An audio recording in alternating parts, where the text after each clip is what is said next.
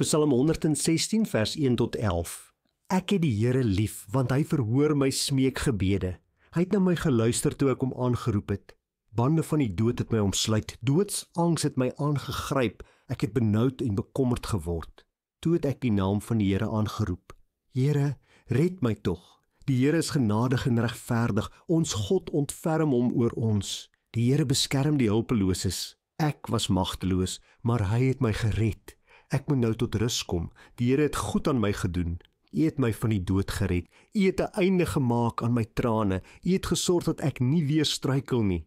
Ek kon voor die Here bly wandel in die land van die lewendes. Ek het in U bly glo, selfs toe ek gedink het dit is klaar met my, en toe ek in my vertwyfeling besef het, ek kan op geen mens staat maak nie.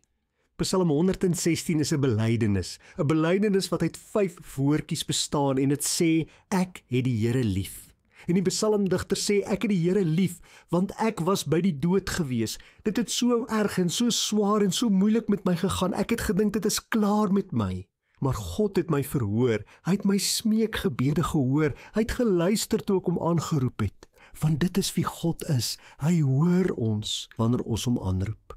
Die psalmdigter sê, bande van die dood het my omsluit, doodsangs het my aangegryp, ek het benoud en bekommerd geword, ek het nie geweet watter kant toe nie, en toe roep ek, Here red my tog. En dan sê hy, die Here is regverdig, die Here is genadig, hy ontferm hom oor ons. Hoor dit vandag, God is genadig, hy wil hom oor jou ontferm.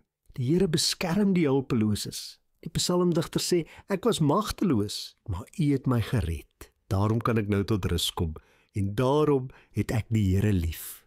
Maak vandag saam met Psalm 116 daardie mooi belydenis. Sê, ek het die Here lief, ek het die Here lief, want hy vergeet ons nie. Hy hoor ons smeekgebede. Hy luister wanneer ons hom aanroep. Here, vandag wil ek net saam met Psalm 116 kom sê, ek het U lief. Ek het die Here lief, want U is my Here, U is my God, U is my koning. Dankie, dat selfs wanneer dit swaar gaan, ek na U kan roep, en ek kan weet, U hoor my smeekgebede, dat U altyd red, dat U gereed is om die hulpelose by te staan. En wanneer ek hulpeloos voel, wanneer ek nie weet watter kant toe nie, wanneer mense my selfs in die steek laat, dan weet ek kan op U vertrou, want U sal my nooit in die steek laat nie. Daaraan hou ek vandag vas, en daarom jubel ek dit uit. Ek het die Here lief. Amen.